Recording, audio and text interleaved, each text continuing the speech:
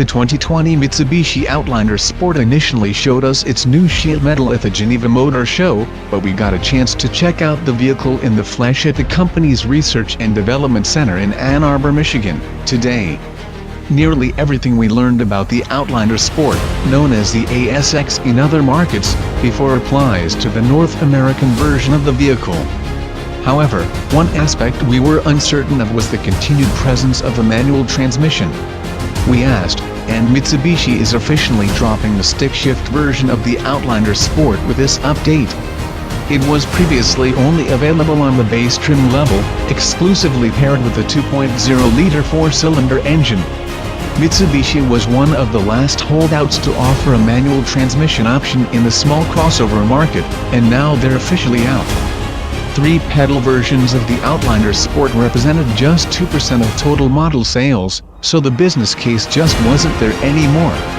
We confirmed that the powertrains from the 2019 model year car will carry over to the 2020 Outlander Sport, which means you'll have the choice between the 148 horsepower 2.0-liter or the 168 horsepower 2.4-liter four-cylinder. Both engines are paired to a CVT. Of course, all-wheel drive will also continue to be available optionally. The big changes are in the styling that Mitsubishi thinks will make it stand out among competitors. Looking at the crossover directly in the face gives us a real truck-like and rugged vibe. This is where Mitsubishi put most of its eggs, appealing to folks who want a tougher-looking vehicle.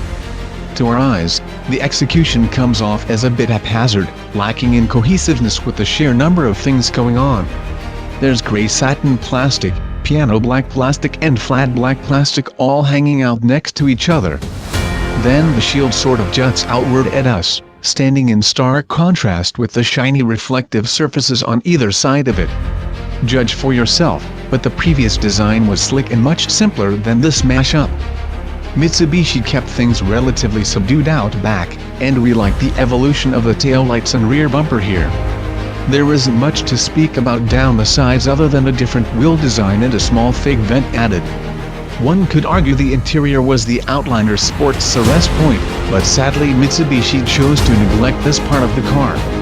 The touchscreen is 1 inch larger, still supports Apple CarPlay and Android Auto, some of the dials have grippier surfaces to grab onto, and the pillars and headliner get done in black.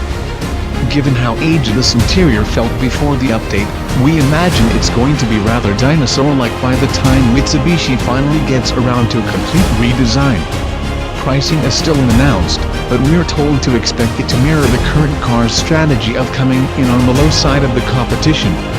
A base 2019 Outlander Sport with an automatic transmission comes in at $23,240 after the $1,095 destination charge.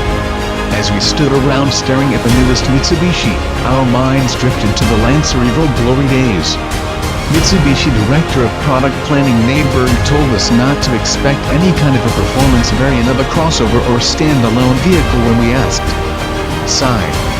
The business case apparently just isn't there for making a low-volume hotted-up version of a crossover or SUV currently in Mitsubishi's lineup. Berg does perk up when we ask about electrification, though. There's no timeline, but Mitsubishi does plan to release even more electrified vehicles in the future beyond the Outlander PHEV. We're told the renewal of Nissan-Mitsubishi alliance should help there, as some Mitsubishis in the future will use platforms shared amongst those companies. Again, the timing question still has no answer. Given the recent scuttlebutt about a possible Mitsubishi pickup truck, we felt it prudent to attack that topic with Berg, as well. He didn't give us much beyond what we already know. For now, Mitsubishi is studying the possibilities. The dealers want one, but they're not going to jump in quickly to anything for now.